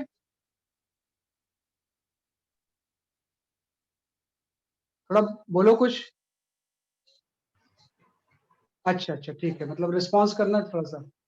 ओके ठीक है, वॉइस क्लियर है क्योंकि मेरे ना डिस्प्ले में आ नहीं रहा है कुछ। आप जरा एक बार कुछ बोल के। अच्छा ठीक ठीक, मैं एक्चुअली मेरा डिस्प्ले का ना कुछ ये मोड जो है होगा वो चेंज हो गया है, मेरे पास स्क्रीन नहीं आ रही। तो मोनोटॉमिक में ट्रांसलेशनल 3 हो गए। सर आप इसे प्लीज एक और बार एक्सप्लेन कर देंगे, 2 कैसे इस हुआ, टू कैसे हो रोटेशनल। गया, क्या होता है बेटा कि जो मोमेंट ऑफ इनर्शिया है ना, मोमेंट ऑफ इनर्शिया आपने थोड़ा सा यूनिट्स एंड डायमेंशन में पढ़ा होगा। हाँ, जब हम पढ़ रहे थे तो मोमेंट ऑफ इनर्शिया जो होता है ना आई, ये होता है एम आर। इसमें जो आर होती है वो डिस्टेंस फ्रॉम द एक्सिस होती है ना। जब मोमेंट ऑफ इनर्शिया हम लिखेंगे आई तो जो इसमें आर होती है, this is the distance from the axis, distance from axis, axis से डिस्टेंस होती है। तो जैसे मैंने मोनोटॉमिक ले लिया तो एक्सिस पे रखा हुआ है ना, कोई डिस्टेंस है ही नहीं, तो मोमेंट ऑफ इनर्शिया 0 हो जाएगा। अब इसमें आप देखो जब ये डायटोमिक होगा तो अगर मैं वाई एक्सिस ले लूं, वाई एक्सिस से दोनों की डिस्टेंस है तो moment of inertia non zero, y axis के अबाउट इसका मोमेंट ऑफ इनर्शिया जीरो नहीं है।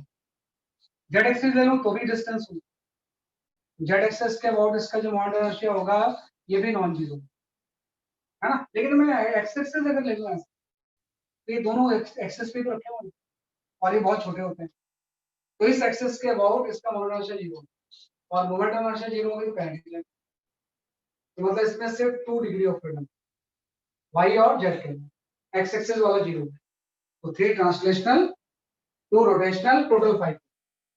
यही चीज अगर आपकी कोई पॉलीएटॉमिक होती है, तो पॉलीएटॉमिक दो तरह का होता है, linear polyatomic, linear polyatomic. Linear polyatomic का एग्जांपल होता है कार्बन डाइऑक्साइड, है ना, जिसके एग्जांपल हम जानते हैं मोनोटॉमिक हीलियम हो जाए, ये आपका डायटोमिक जो होगा हाइड्रोजन हो जाए, और भी कई होंगे। लीनियर पॉलीएटॉमिक जो होगा वो CO2 हो जाए। लीनियर में क्या होता है ना कि अगर ये लीनियर पॉलीएटॉमिक है तो लीनियर का मतलब तीनों एटम, तीनों जो मॉलिक्यूल्स होंगे तीनों एटम एक ही लाइन पे होंगे, है ना। जो इस तरह से आपका पॉलीएटॉमिक जो होगा लीनियर, इसमें तीनों एक ही लाइन में, CO2, एक CO2 वो दोनों सारे जो होंगे एक ही लाइन पे होंगे। तो कितनी डिग्री ऑफ फ्रीडम की होनी चाहिए अगर लीनियर है तो? भाई 3 ट्रांसलेशन तो हो गई, सेम ऐसे डायटोमिक जैसे ही तो हो जाएगा, भाई 3 ट्रांसलेशन होगा 2 हो जाएगा 5 हो जाएगा। तो इसमें भी y एक्सिस के अबाउट होगा, z एक्सिस के अबाउट होगा, लेकिन x एक्सिस के अबाउट लेंगे तो तीनों x एक्सिस कितना है, तो उसके अबाउट इसका मोमेंट क्या हो जाएगा जीरो। तो लीनियर का भी डिग्री ऑफ फ्रीडम क्या होता है जैसे कि आपका 5, लेकिन जो नॉन लीनियर पॉलीएटॉमिक गैस है ना, अगर हम यहाँ पे लिखें नॉन लीनियर पॉलीएटॉमिक, है ना, तो इसका 3 ट्रांसलेशनल होता है, रोटेशनल भी 3 होता है, टोटल डिग्री ऑफ फ्रीडम इसका 6। क्योंकि नॉन लीनियर का मतलब हो जाएगा कि एक लाइन में नहीं होंगे, है ना। नॉन लीनियर का मतलब कुछ ऐसा होगा, हो सकता है कि अगर 3 एटम या 4 एटम जितने भी हैं ये इस तरह से किसी ट्रायंगल में प्लेस है, तो जब मैं इसको y एक्सिस के अबाउट रोटेट करूंगा तो होगा कुछ इन दोनों का मोमेंट ऑफ होगा, जब मैं इसको रोटेट करूंगा z एक्सिस के अबाउट तो भी होगा, x एक्सिस के अबाउट जब मैं रोटेट करूंगा तो इन दोनों का जीरो हो जाएगा, इसका तो होगा। तो इसमें 3 रोटेशनल होती हैं, टोटल डिग्री ऑफ फ्रीडम 6। तो अगर ना ये लिस्ट थोड़ी सी आपको याद कि डिग्री ऑफ फ्रीडम कितनी होती है, हाँ, और बड़ा मतलब स्किलफुली मैक्सवेल ने इसको ऑब्जर्व किया, क्योंकि अभी तक जो हम बात कर रहे थे ना कहीं भी रोटेशनल की बात कर ही नहीं रहे थे, हम सिर्फ किसकी बात कर रहे थे, ट्रांसलेशनल डिग्री ऑफ फ्रीडम, है कि हम किसकी बात कर रहे थे, जैसे कि आपका ट्रांसलेशनल काइनेटिक एनर्जी। तो जो आपका रिजल्ट आया था ना, ये आपने जो रिजल्ट निकाला था आपने बोला था average translational kinetic energy, translational kinetic energy, जो एवरेज ट्रांसलेशनल काइनेटिक एनर्जी होगी इसकी वैल्यू थी 3 into ½ kg। तो आप देखो आपने बोला कि ट्रांसलेशनल की डिग्री ऑफ फ्रीडम तो सिर्फ 3 होती है हमेशा, किसी भी केस में देखें इसमें थोड़ी चेंज आ रहा है, ट्रांसलेशनल डिग्री ऑफ फ्रीडम हमेशा 3 होती है, रोटेशन में चेंज आता है। तो आप देखो कि अगर मैं ऐसा बोलूं कि ये तो टोटल ट्रांसलेशनल काइनेटिक एनर्जी है ना, इसका सारा डिग्री ऑफ फ्रीडम तो वो 3 into ½ kg है। तो किसी से पूछा गया कि बताओ ट्रांसलेशनल की 1 डिग्री ऑफ फ्रीडम से कितनी एनर्जी, ½ kg हो जाएगी। तो 1 डिग्री ऑफ फ्रीडम से ½ kg होती है, टोटल डिग्री ऑफ फ्रीडम 3 है, तो 3/2 kg हो जाएगी। तो इसी को ऑब्जर्व करके एक बहुत इंपॉर्टेंट ऑब्जर्वेशन आया कि हर डिग्री ऑफ फ्रीडम से जो एनर्जी एसोसिएटेड होती है वो इक्वल होती है, और वो किसके इक्वल होती है, ½ kg के। इसी को हम बोलते हैं, यहीं पे मैं वाइंड अप कर दूंगा क्योंकि अभी आगे भी कंटिन्यू, यहाँ पे जस्ट मैं वाइंड अप करता हूँ इसको, कि हम एक लॉ पढ़ते हैं, we call it as a law of equipartition of energy. इसी को हम बोलते हैं law of equipartition of energy. Equipartition of energy,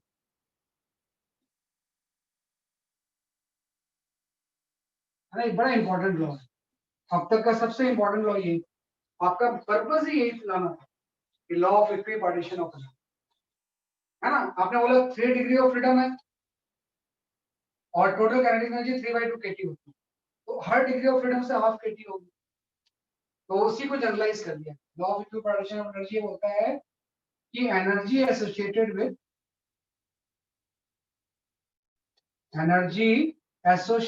with each degree of freedom, each degree of freedom,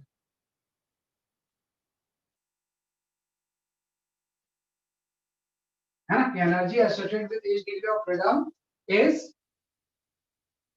half kT per molecule,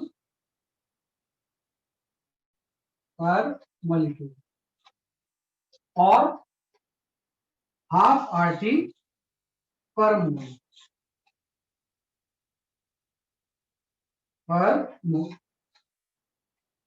ना भाई। हर degree of freedom से जो energy associated होगी वो इक्वल होगी, है ना। क्या पता 3 ट्रांसलेशन काइनेटिक एनर्जी थी तो 3 into हाफ kT आ गई, 1 डिग्री ऑफ फ्रीडम से हाफ kT आ गई ना। Law of equipartition of energy बोलता है कि energy associated with each degree of freedom is half kT पर मॉलिक्यूल और हाफ RT पर मोल। तो अगर 3 डिग्री ऑफ फ्रीडम है तो 3/2 kT हो जाए, अगर 5 डिग्री ऑफ फ्रीडम है तो 5/2। तो जितने डिग्री ऑफ फ्रीडम बढ़ते जाएंगे एनर्जी का कंट्रीब्यूशन क्या होता जाएगा, आपका बढ़ता है ना। यहीं से आपका ध्यान दो कि कंसेप्ट आता है इंटरनल एनर्जी ऑफ गैस का। तो भाई गैस का हम बात करते हैं इंटरनल एनर्जी, है ना, कि कोई भी अगर गैस होगी तो internal energy of the gas की हम बात करते हैं। We can talk about the internal energy of gas of n mole of gas. अगर n मोल ऑफ गैस है तो इसकी इंटरनल एनर्जी कितनी। तो अभी आपने देखो स्टार्टिंग में एजम्पशंस में ये पढ़ा कि कोई पोटेंशियल एनर्जी नहीं होती, क्योंकि कोई भी अगर गैस होगी तो उसकी इंटरनल एनर्जी को अगर मैं यू से शो कर रहा हूँ तो इसमें कुछ काइनेटिक एनर्जी हो सकती है और कुछ क्या हो सकती है, पोटेंशियल एनर्जी हो सकती है। लेकिन अभी आपने पढ़ा कि गैस मॉलिक्यूल की जो पोटेंशियल एनर्जी होती है वो 0 होती है, क्योंकि ये तो एक दूसरे से इंटरेक्ट करते ही नहीं। तो जो भी एनर्जी होगी इंटरनल एनर्जी वो काइनेटिक एनर्जी है ना। और ये जो काइनेटिक एनर्जी है आपने बोला कि जो ये काइनेटिक एनर्जी है वो 1 डिग्री ऑफ फ्रीडम से हाफ kT होगी और 1 मोल से कितनी होगी, हाफ RT। तो अगर मुझे निकालना है कि n मोल ऑफ गैस का इंटरनल एनर्जी कितना हो जाएगा, मैं ऐसा मैं लिखूंगा हाफ RT। लेकिन हाफ RT क्या है, दिस इज द पर मोल पर degree of freedom. 1 degree of freedom से हाफ RT होती है पर मोल होती है। तो अगर मुझे किसी का f डिग्री ऑफ फ्रीडम है मैं f से मल्टीप्लाई करूंगा, कोई भी हो सकता है, 5 3 कुछ भी हो सकता है, गैस का नेचर मुझे नहीं पता। तो हाफ RT पर मोल पर डिग्री ऑफ फ्रीडम हो। तो टोटल इंटरनल एनर्जी अगर मुझे निकालना है तो f से मल्टीप्लाई करके टोटल डिग्री ऑफ फ्रीडम का निकालिए, और ये तो 1 मोल का है, इसको फिर हम n से मल्टीप्लाई, इसको हम किससे मल्टीप्लाई करेंगे, जैसे कि आपका n से, तो ये इसका इंटरनल एनर्जी आ जाएगी। तो आपने यहाँ से गैस की इंटरनल एनर्जी डिफाइन, अगर n मोल ऑफ कोई गैस है तो उसकी जो इंटरनल एनर्जी हो जाएगी वो हो जाएगी हाफ NF। हाँ, क्या बोलेंगे, इंटरनल एनर्जी का मतलब काइनेटिक एनर्जी, और हर डिग्री ऑफ फ्रीडम से पर मोल काइनेटिक एनर्जी हाफ RT होगी। तो f डिग्री ऑफ फ्रीडम से f into हाफ RT हो जाएगी और n नंबर ऑफ मोल से n से मल्टीप्लाई। ये बहुत इंपॉर्टेंट क्वेश्चन है। अल्टीमेटली आप देखो इंटरनल एनर्जी भी किसके ऊपर डिपेंड कर रही है, टेंपरेचर। तो हम बोलते हैं अगर हम टेंपरेचर बढ़ाएंगे तो इंटरनल एनर्जी बढ़ेगी, टेंपरेचर कम करेंगे तो इंटरनल एनर्जी क्या होगी, कम। और ये डिग्री ऑफ फ्रीडम कितना होगा, वो नेचर ऑफ गैस, ये मोनोएटॉमिक गैस है तो डिग्री ऑफ फ्रीडम 3 हो जाएगा। लीनियर पॉलीएटॉमिक है तो भी 5 होगा, नॉन लीनियर पॉलीएटॉमिक तो क्या हो जाएगा 6। तो आज आपका पर्पस इस रिलेशन को लाना कि किस तरह से हम गैस के इंटरनल एनर्जी को डिफाइन करें। काइनेटिक थ्योरी ऑफ गैसेस में हम अपने मेन पर्पस तक पहुंचे। किसी भी चैम्बर में अगर गैस रखी टेम्परेचर तो उसकी इंटरनल एनर्जी इतनी हाफ NF/RT होगी। ये सिर्फ किसके ऊपर डिपेंड करेगा, टेम्परेचर। टाइम हो गया, तो that is all for today, है ना। इसी को हम नेक्स्ट क्लास में भी कंटिन्यू, थोड़ा सा एक बार ठीक से रिवाइज करना है ना, थोड़ा सा प्रॉपर्ली इसको रिवाइज। सर आज की केवीपीवाई क्लास आप लोग हैं? कौन सी क्लास? सर फिजिक्स की है शायद केवीपीवाई की। नहीं बेटा, मैं तो मेरे पास तो भी कोई इंफॉर्मेशन नहीं है, आई डोंट नो, हाँ मेरे पास अभी कोई इंफॉर्मेशन नहीं है केवीपीवाई के क्लास की। पता नहीं, हो सकता है कि सेंट्रलाइज्ड होगी, कुछ होगा ऐसा, मेरे पास आई नहीं है कोई। जब आएगी तो मैं लूंगा।